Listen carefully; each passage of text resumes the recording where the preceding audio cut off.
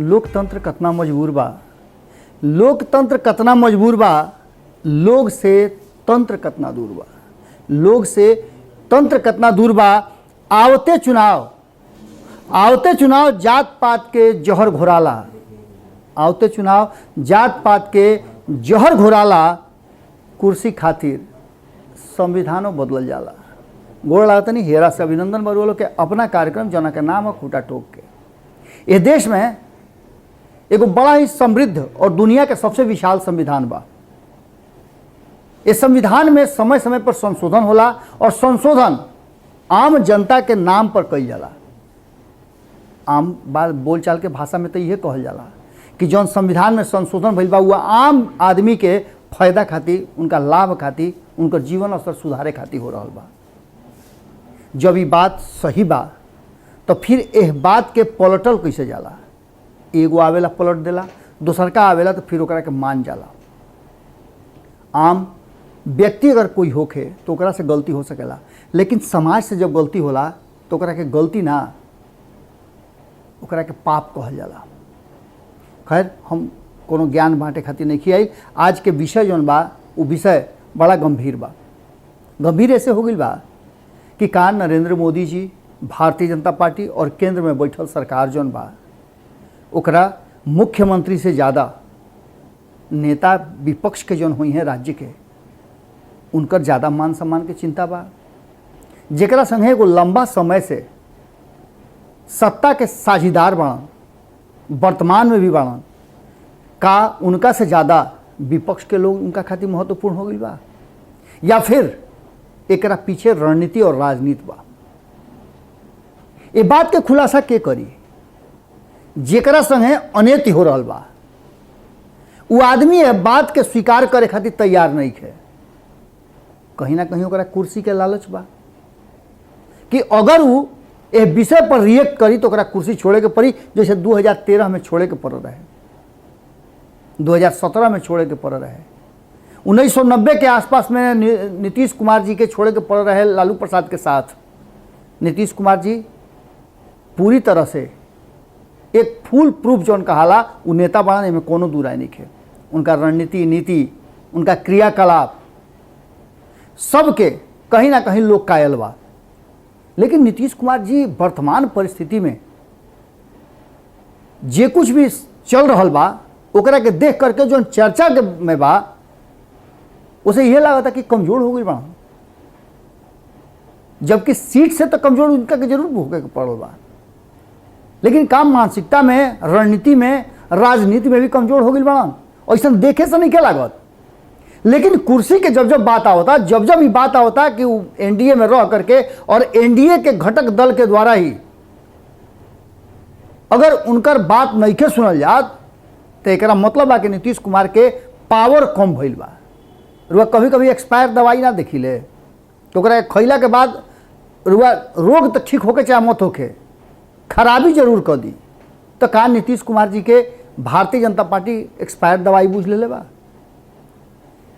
चिट्ठी लिखले रहनी है 5 तारीख के, 5 अगस्त के साझा विपक्ष जब सदन के कार्रवाई चलत रहे, अंतिम दिन जा करके भेंट कैलस और कहलस कि जातीय जनगणना, देखिए जातीय जनगणना एगो मुद्दा मात्र बा, एकरा पीछे के रणनीति और राजनीति बड़ा गहरा बा। आखिर जौन प्रधानमंत्री, शायद ही पहला हाल इस देश के इतिहास में बोल हुई कि प्रधानमंत्री कहस कि हम ओबीसी से आइले, हमार जाति फलाना हो। एगो प्रधानमंत्री से इस तरीका के बात के उम्मीद शायद कोनो वर्ग ना करी। अगर ऐसा बात बा तो जौना खाती फूल माला लेकर के गाजा बाजा के साथ स्वागत किया जाता 127वां संशोधन बिल, जौन की ओबीसी आरक्षण के लेकर के राज्य के अधिकार दिहल गई। अगर इतना बढ़िया कानून रहा और इतना बढ़िया पास करा करके और केंद्र सरकार एगो ऐतिहासिक कदम उठौले बा, तो 2018 में कदम के एक कानून के राज्य से छीनले काहे खातिर है? ये सबसे लमहर बात बा। और ये बात लमहर ऐसे हम कहता नहीं कि जब वह छीन लेनी 2 साल पहले, 3 साल पहले, तो फिर देवे के काम मतलब रहा। या तो रुआ बैकफुट पे बानी या फिर जौन चुनाव होके वाले जा रहा बा, जौन 5 गो राज्य में जौन में उत्तर प्रदेश सबसे बरियार राज्य बा रुआ खातिर, ओकरा खातिर रुआ कइले बानी। जातीय जनगणना खातिर जौन ई पूरे तरह से 1993 से लेकर 2018 तक रुआ देखले हो कि ई जौन बिल में संशोधन भइला ई राज्य के लगे ही रहल हा, लेकिन 2018 में एकरा के पलट दिहल गई। ओजे दूसरा तरफ जातीय जनगणना करे खातिर 2018 में ही जब गृह मंत्री रहन राजनाथ सिंह, तो सदन में हम बिहार के बात नहीं करत, हम दिल्ली के बात करता नहीं कि दिल्ली लोकसभा में सर्वसम्मत प्रस्ताव पारित भई रहे कि एकरा के कई जाओ, जातीय जनगणना होके के चाहिए। लेकिन अचानक से एकरा पर पलटी कैसे मार दिले? कहल तो इहो जा रहा बा कि सरकार करी जब समय आई। कब समय आई? 2011 में जातीय जनगणना सर्वसम्मति से भई रहे, में हाथी, घोड़ा, ऊंट, गाय, भैंस, बैल, पाड़ा, पाड़ी सब के गणना भई रहे, आदमियों के गणना भई रहे, के कौना जाति से बा, कितना पढ़ल बा, पास बा, फेल बा, नइखे पढ़ल, अनपढ़ बा, खाता नइखे खात, भूखे बा, पियासे बा, पानी बा, घर बा, माटी के बा, पक्का के बा, ये सब होत रहे। सारा जनगणना भइल, इहो भइल कि के कितना पलायन कैलस, इस सब भइला के बाद एकर प्रकाशने ना भइल। रुआ पता कैसे चली? रुआ परीक्षा दही आ रहा और परिणामे ना निकले तो पास बानी कि फेल के बताई, कितना नंबर ले आनी के बताई? ये सब बात के लेकर के जो वर्तमान परिस्थिति में स्थिति बा, ओकरा में 1981 से शुरू भई रहे जातीय जनगणना, जो कि 2011 तकले भइल। लगातार एक जो प्रतिशत निकालल गई रहे, ओकरा में प्रतिशत निकालल गई रहे और प्रतिशत निकाल करके सरकार अपन योजना बनौले रहे कि के कितना बा। अब तो वर्तमान परिस्थिति में सरकार ई करही के तैयार नहीं थे। नीतीश कुमार जी चिट्ठी लिखले, नीतीश कुमार जी के चिट्ठी के जवाब लंबा समय तक ना आई।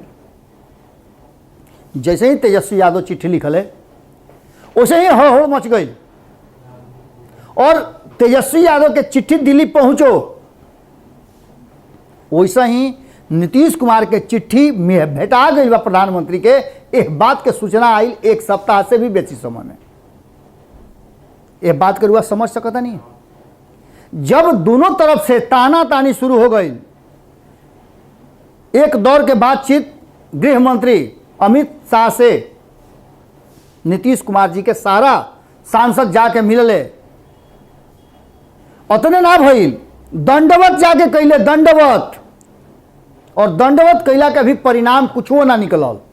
एक मतलब बा कि नीतीश कुमार जी से भीतरे भीतर औजा गई बा भारतीय जनता पार्टी। भले नीतीश कुमार जी कुर्सी बचावे खातिर ए बात के एक और क देस, आंख मोड़ लेस, ये अलग बात बा। लगातार यह बात के लेकर के वह सदन में भी बात चलल जातीय जनगणना के।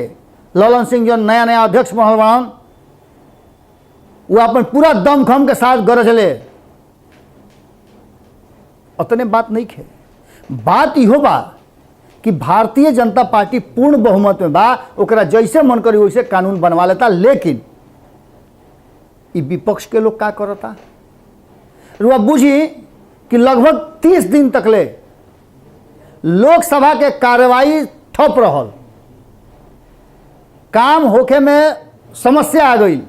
लेकिन अंतिम दिन जब भाई ओबीसी आरक्षण बिल आयल तो सब है मैं दल जितना विरोधी से लेकर के संघाती रहन सब एक समर्थन कैले हुले भइल।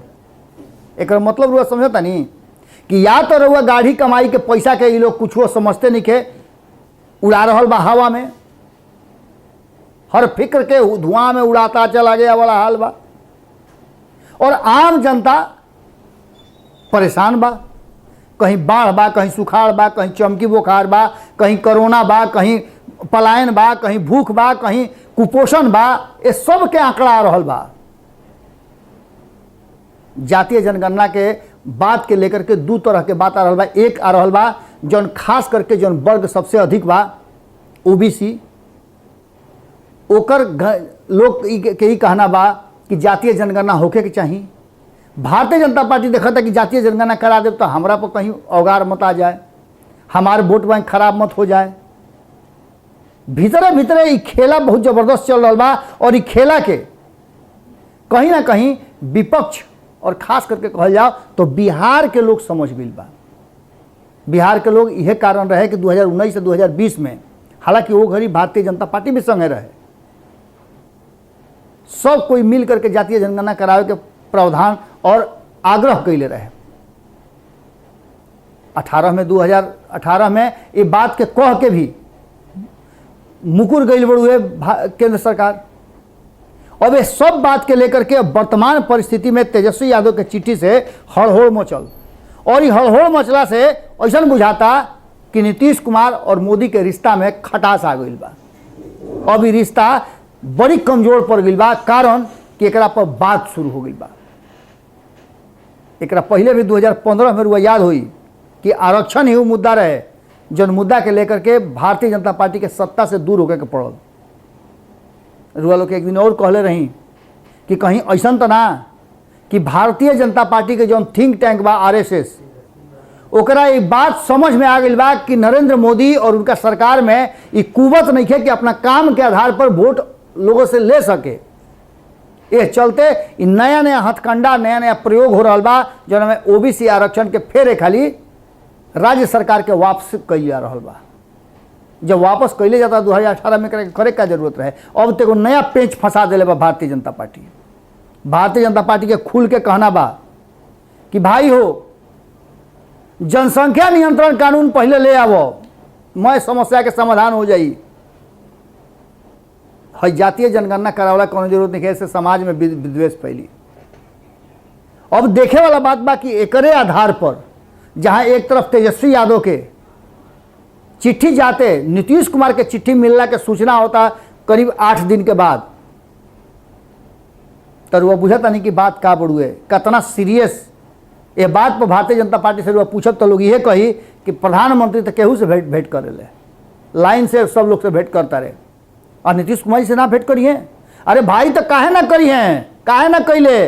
नीतीश कुमार जी 2 हाली दिल्ली दरवाजा जाके खटखटा अले, चौकट पर माथा टेक के अले दिल्ली दरबार में, लेकिन तबू केहू ना बोलावल कि तबीयत खराब रहा नीतीश कुमार जी यहाँ के इलाज करोला, कैसन बाड़ो। पार्टी के अंदर में तरह तनी मनी घटल पटल चल रहा बड़ुए, नया अध्यक्ष बनाओ तरह का हाल चल बा, कम से कम बधाइयों तो दे दिया।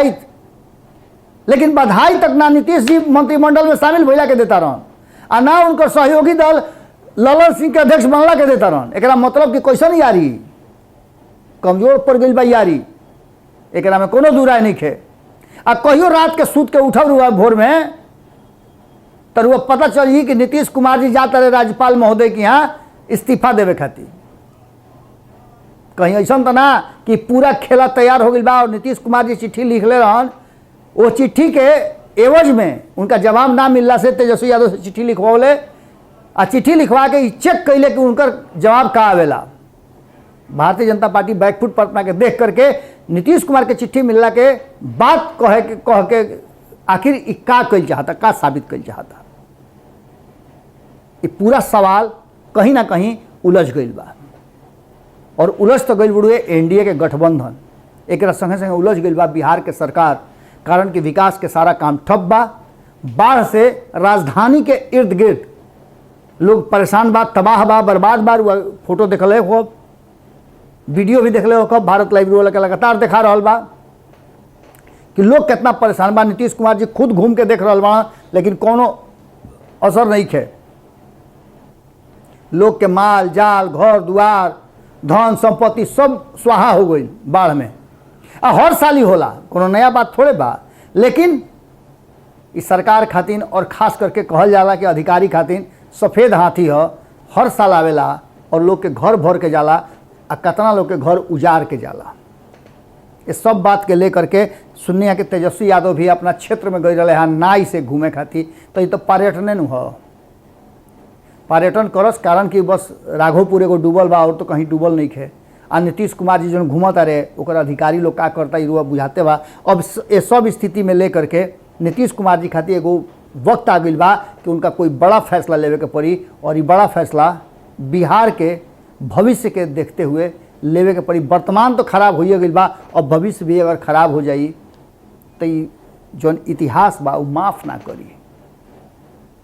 खैर ये तो आम आदमी के बात बा, लेकिन रुआ अतना मान के चली कि जौन स्थिति वर्तमान में बा ओकरा में ई बात कहल जा सकेला, जौन विपक्ष के भी नज़र आ रहा, विपक्ष लाभ लगातार कह रहा बा कि भारतीय जनता पार्टी और नीतीश कुमार के संबंध के बीच में कमज़ोर हो गई बा, दरार आ गई बा, और इस संबंध चाहे जितना ओकरा में रफू करी, जितना कसीदाकारी करी, सुधरे वाला स्थिति नहीं बुझात। तरजुई बटखरा लेकर के संबंध के रुआ अगर तौले के कोशिश करब, पलड़ा पर देखब तो एक तरफ पलड़ा हमेशा झुकल रही, कारण कि पसंगा जौन बा नीतीश कुमार के तरफ कम, विपक्ष के तरफ ज़्यादा बा। और अगर नीतीश कुमार के हाथ में तरजुई दे दी तो भारतीय जनता पार्टी के तरफ कम, विपक्ष के तरफ ज़्यादा पसंगा बा। ये बात अगर रुआ स्वीकार करतनी, रउआ बुझाता है में कुछ, तो कमेंट बॉक्स में लिखब जरूर, कारण कि रुआ लोग के उपस्थिति बहुत जरूरी बा। ये भविष्य रउए लोग के बा, बिहार के छोट बड़ घटना रउआ जीवन के प्रभावित करी। यही चलते आज कहनी हाँ कि लोकतंत्र कतना मजबूर बा, लोग कतना दूर बा, लोग से कतना दूर बा। जब जब आवेला चुनाव के घड़ी तब तक रउआ ध्यान में आई ले, आ तब तक रउआ खातिर योजना बनावल जाला। ये योजना चुनाव के बाद ख़त्म हो जाला। 2 करोड़ लोग के नौकरी मिल गई हर साल। 2014 से ये वादा पेंडिंग में बा। 19 लाख लोग के रोजगार मिलल, चली 19 लाख के ना मिलल, जितना दिन भइल उतना में 6 महीना भइल नू, 6-7 महीना हो गई। 6-7 महीना में तो कुछ लोग के मिलल चाहत ला, केहू के मिलल ना भेटाइल। एकरा मतलब बा कि कहीं ना कहीं ये वादा तेरा वादा, वादे पे तेरे मार खा गया, यह बात चल रहा बा। फिर रुआ लोग से सोमवार के दिन भेंट हुई, तब तक हमरा के दी सभे इजाज़त। देखत रही सभे भारत लाइव, और लिखब अपन विचार जरूर कमेंट बॉक्स में लिखब, तब बुझाई के रुआ लोग का सोचतानी। गोड़ लागता। वीडियो पसंद आई और रुआ बिहार के राजनीति और बिहारियत से सरोकार रखेनी तो सब्सक्राइब बटन दबा के चैनल के सब्सक्राइब कर ली। ओजे एगो घंटी बा, ओकरा बटन दबा देला से कुल सटीक और मारक खबर रुआ मुफ्त में मिल जाई। अगर रुआ पत्रकारिता के हमनी के नया प्रयोग में सहयोग कर चाहतानी तो ज्वाइन बटन दबा दी। पेटीएम नंबर नोट कर ली 9386816700। धन्यवाद।